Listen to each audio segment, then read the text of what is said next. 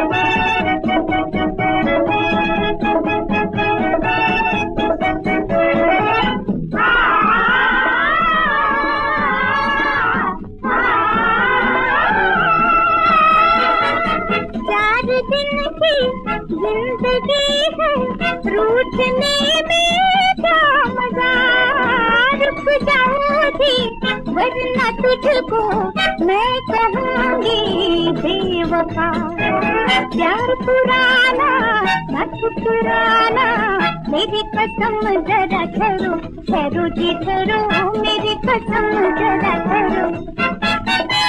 तरम पम पम तरो तरम पम तरो, ओहो जाने वाली मान भी जाओ जरा ठहरो ठहरो जी ठहरो, मान भी जाओ जरा ठहरो।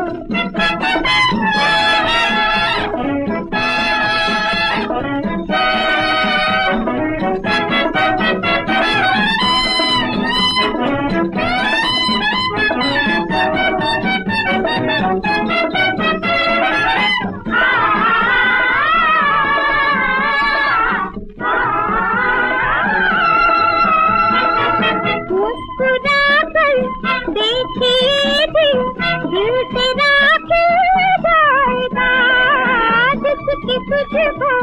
आरज़ू है वो तुझे मिल जाएगा, वो दीवानी वो मस्तानी, मेरी कसम जरा ठहरो ठहरो जी ठहरो, मेरी कसम जरा ठहरो। तरम पम पम झलम पंतेरो तारम पंतेरो जाने वाली मान भी जाओ जरा ठहरो ठहरो जी ठहरो मान भी जाओ जरा ठहरो। जिस रास्ते से भी आगे बढ़े हिंदुस्तान में, उसमें शिक्षा की, तालीम की ज़रूरत है। हर एक की, लोग कहा करते हैं कि मैथ एजुकेशन हो, हर एक को मौका मिले, बल्कि मजबूरी हो। ठीक है, वो बातें होनी चाहिए और होंगी, लेकिन आखिर में शिक्षा किस तरह की है, दो बातों पे दारोमदार है।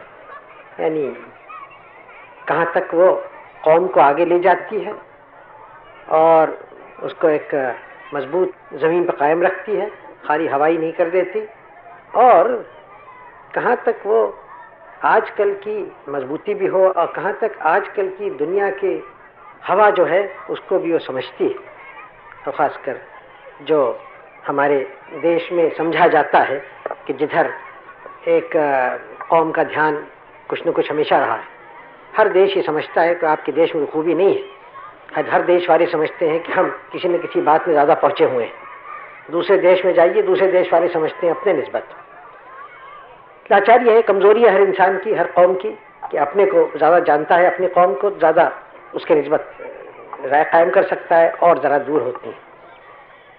तो दो बातों को जोड़ दिया। आजकल की दुनिया साइंस और ऐसी चीज़ जो आजकल और कल जो गुजर गया और कल जो आने वाला है, हर ज़माने में जिसकी गालिबन ज़रूरत रहेगी, यानी रूहानियत या स्पिरिचुअलिटी, इन दोनों को जोड़ने से गालिबन नतीजा अच्छा हो। लोग बदल रहे हैं, नए पेशे, नए काम, नई तालीम, बहुत सारी बातें आ रही हैं और सब में बड़ी क्रांति आखिर में देश में होती है एक मायने में पढ़ने लिखने से, क्योंकि उससे चीज़ें निकलती हैं। पढ़ाई सब में बड़ी क्रांतिकारी चीज़ है एक देश में। आम पढ़ाई ज़्यादातर लोगों की, वो बात हल्के हल्के या काफ़ी तेज़ी से हमारे देश में आ रही है। उसमें भी स्त्रियों की पढ़ाई, लड़कियों की पढ़ाई ज़्यादा क्रांतिकारी है, इसलिए कि उनका असर घरों पे होता है और घर एक समाज के का एक जड़ होता है। घरेलू ज़िंदगी, घर एक जड़ होता है। पुरुष लोग पढ़े लिखे, उसका घर पे असर होता है, स्त्रियों का ज़ाहिर ज़्यादा होता है। तो एक समाज की बिल्कुल जड़ में उसका असर पहुंचता है। एक मायने में कहा जा सकता है कि इस समय हमारे देश में एक बड़ी क्रांतिकारी चीज़ यही है कि लड़कियों की पढ़ाई बढ़ती जाती है और उससे सारी समाज की जड़ में असर पड़ता है, पड़ेगा।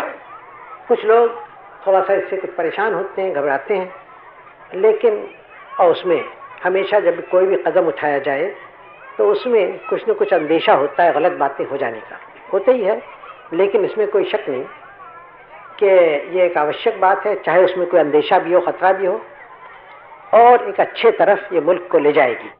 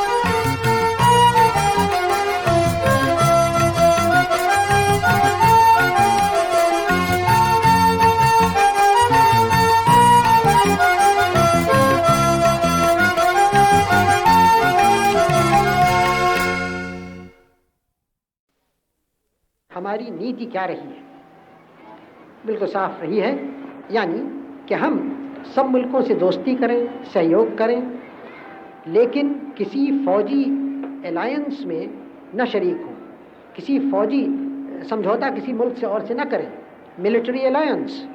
हम ये जो आजकल के दुनिया के ब्लॉक्स हैं, एक तरफ एक ज़बरदस्त गिरोह मुल्कों का, दूसरे तरफ दूसरा, उसमें शरीक न हो, दोस्ती हम हर एक से करें।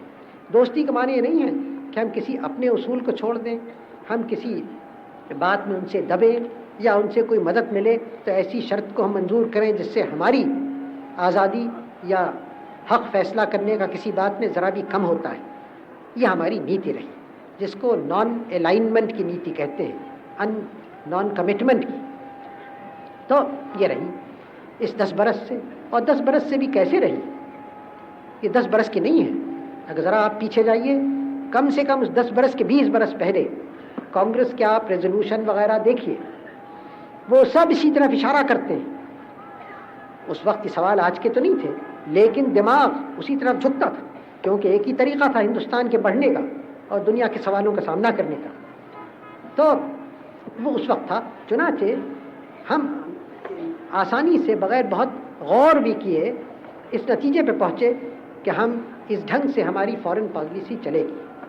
पहले लोगों को शकूक हुए और मुल्कों के उस पर, लेकिन हल्के हल्के और मुल्क, और ऐसे मुल्क भी जो हमारे मुखालिफ थे, जो पसंद नहीं करते थे, उन्होंने भी तस्लीम किया कि जो हिंदुस्तान की इसमें पॉलिसी है वो एक तो अमन पसंद है और अमन को, पीस को इससे फ़ायदा होता है, और दूसरे यहाँ तक तस्लीम किया जो हमारे जो मुल्क थे इन फौजी ब्लॉक्स में, कि हाँ ये मुनासिब है कि हिंदुस्तान ऐसी पॉलिसी रखे। खैर वो कैसे पसंद करें न करें, हिंदुस्तान की इज्जत बढ़ी, हिंदुस्तान का असर बढ़ा, हिंदुस्तान की ताकत बढ़ी इस पॉलिसी से, और दोस्ती हर जगह रही।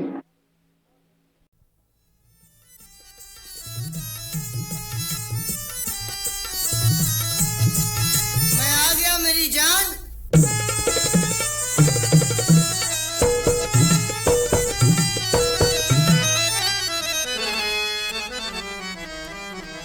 खिली मन की कली मोरे सैया रे, खिली मन की कली मोरे सैया रे, अपने सैया के बलि बलि जाऊं, अपने सैया के बलि बलि जाऊं, बलि बलि जाऊं, बल बल जाऊं।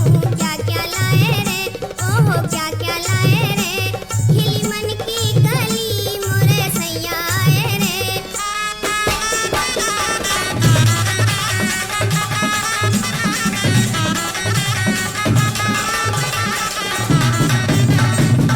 हार लाया जड़ाऊ तुम्हारे लिए, हाथ खाली नहीं आया तेरा सजन। मेरे हाथों से पहनो मेरी दिलरुबा, देख कर झूम उठूं तुम्हें जाने मन।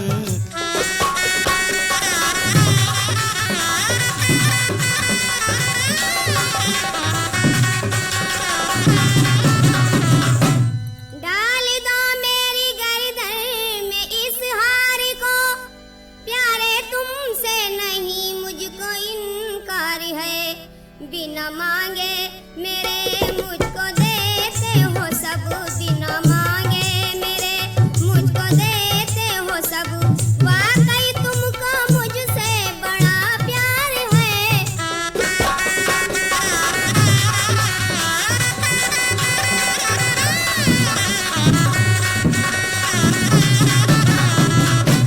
जब दारू के नशे में दयाराम झूम उठा, तब अब्दुल गनी से पेसालार ने अपनी फौज के साथ उसे कैद कर लिया।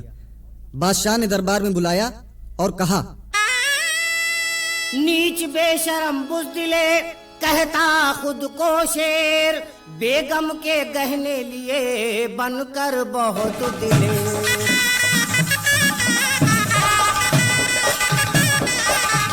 बेगम बनने का जो था पत्नी को अरमान, शाही गहने ले लिए बनकर के बलवान।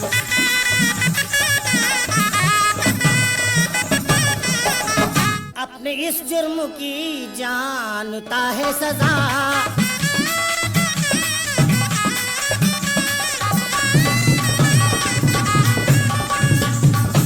अपने इस जुर्म की जानता है सजा।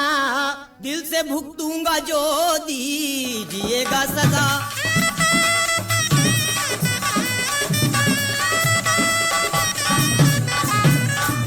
सजाए मौत का मैं तुझको हुक्म कर दूंगा।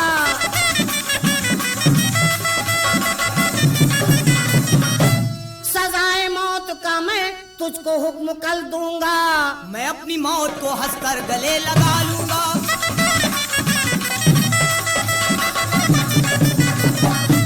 ले जाओ मेरे सामने से और डाल दो इसे कैद खाने में। और उसके बाद दयाराम के भाई चांद सिंह ने दरबार में आकर दयाराम से कहा, हथकड़ी बेड़ी पहने हुए जा रहे, वीरता को कलंकित किया है गजब। भैया बाजू में ताकत तुम्हारे जो हो, तोड़ दो हथकड़ी बेड़ी जानू मैं तब।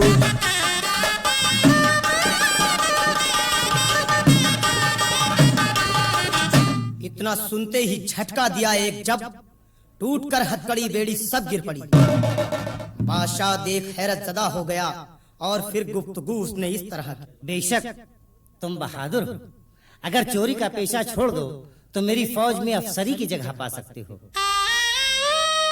शुक्रिया इस इनायत का क्या हो अदा, ये रहम ये मोहब्बत हूँ खाता कसम।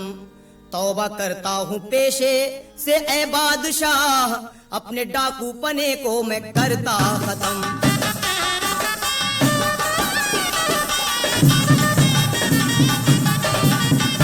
वाकई तुम बहादुर दयाराम हो, माफ कर दी खता बख्श दी जिंदगी। चोरी का पेशा छोड़ा ये अच्छा किया, मैंने अपने यहाँ तुमको दी नौकरी।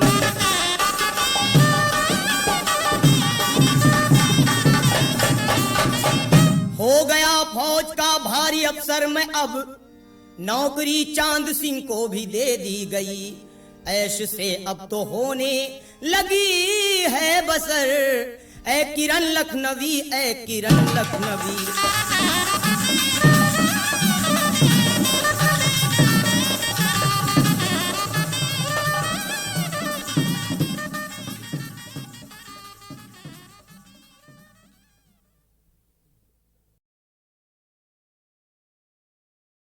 इश्क न माने जन्मों का बंधन, इश्क न माने मजहब कोई। इश्क इश्क तो सब कहते हैं, इश्क करे उसे जाने वही। अरे इश्क ही तोड़े दुनिया की रस्में बनाए इश्क वही। इश्क को झूठा कहता है जो, झूठा वो है इश्क नहीं।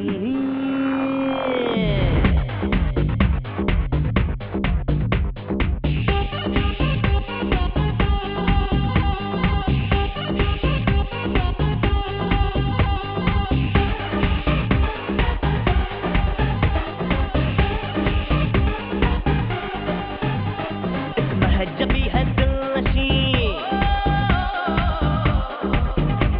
एक महजबी है दिलनशी, दिल मेरा खो गया।